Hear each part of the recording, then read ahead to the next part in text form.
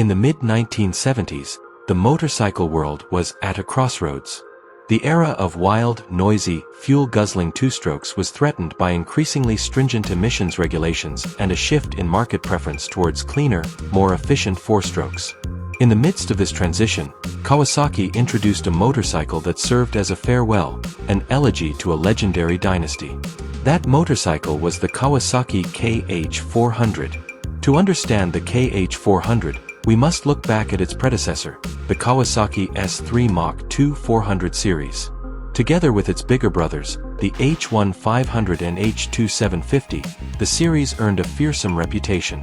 They were nicknamed widowmakers for their explosive power, flexible chassis, and damage that didn't match their speed.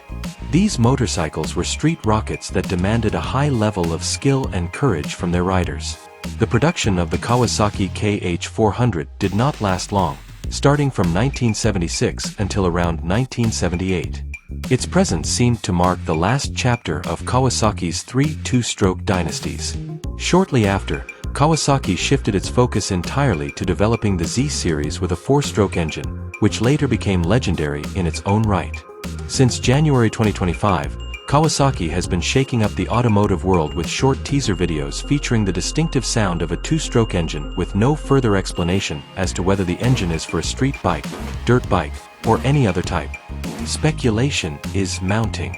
Will they abandon the legacy of the legendary KH400? A modern design of the motorcycle that resembles the legendary Kawasaki KH400 has been widely circulated on social media. In these renderings, we are treated to a perfect blend of retro styling and a touch of modern technology.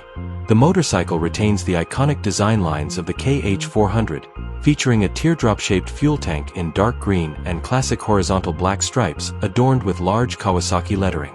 The engine appears to be an inline three-cylinder configuration, a hallmark of Kawasaki's three-cylinder two-stroke range such as the KH400.